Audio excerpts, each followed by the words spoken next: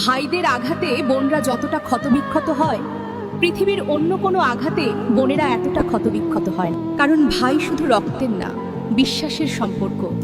এখানে আঘাত শুধু দেহে নয়, আত্মায় লাগে। বোনেরা জীবনে অনেক কষ্ট সহ্য করে, কিন্তু ভাইদের অবহেলা বা রাগের কথায় তারা চুপচাপ ভেঙে পড়ে।